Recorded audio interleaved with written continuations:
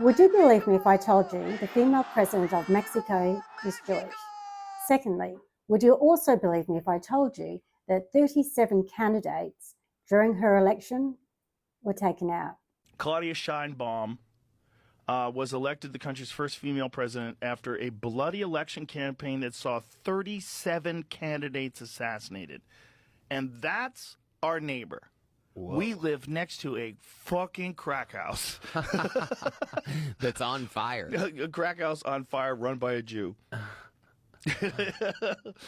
First lady. More than 36 candidates were assassinated, including a local government candidate in central Puebla State who was killed on Friday, increasing the total number of those killed to 37. Who the fuck would want to run for office in Mexico? Lastly, would you also believe me if I told you the mobsters in Mexico were sent to Israel to learn about acids, bins, and disposing things? Take a look for yourself.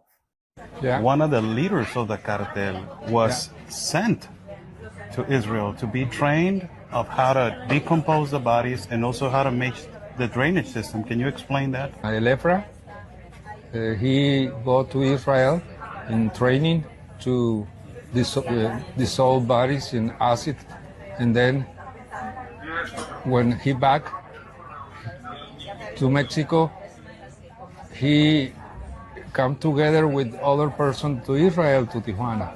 And then so he came from Israel with people from Israel to Tijuana. Yeah, to Tijuana. And then together Israel and El Pozolero working together. They trained him.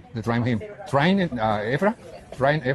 Efra back to Mexico, and then dissolve bodies in acid, and then pick it up to El Pozolero, and both Efra and Israeli training to Santiago Mesa, El Pozolero. Now, if you want to try to come to a conclusion as to who funded and gave all these weapons to these cartels, right, so that these cartels can thrive and cause a bunch of chaos and violence within their communities, within their countries, I think you can put the pieces together to that puzzle. Oh, and by the way, this is just one president. There's more to come. This is where the Epstein files start to become a little scary for me. So as you can see above, this is an invoice that was paid by Jeffrey Epstein's company. This invoice was for 6 55-gallon drums of sulfuric acid. Okay, that's a lot of sulfuric acid. Now alone, this sulfuric acid would be kind of suspicious, right? But let's look at that date up there. December 6, 2018. Now that was the exact same day that FBI announced charges against Epstein in his sex trafficking cases. So then I started to really research into sulfuric acid, its uses, correct? And this medical journal did a study regarding how corrosive it would be for human flesh. They used a donated corpse, and it was found that sulfuric acid was able to dissolve parts of a human corpse rapidly, and DNA identification was no longer possible after only 1 hour of exposure. Now imagine what can be done with over 330 gallons of sulfuric acid. Epstein clearly got scared that, yeah, the FBI was going to come after him.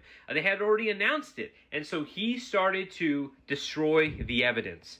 All the evidence. And by evidence, I mean people.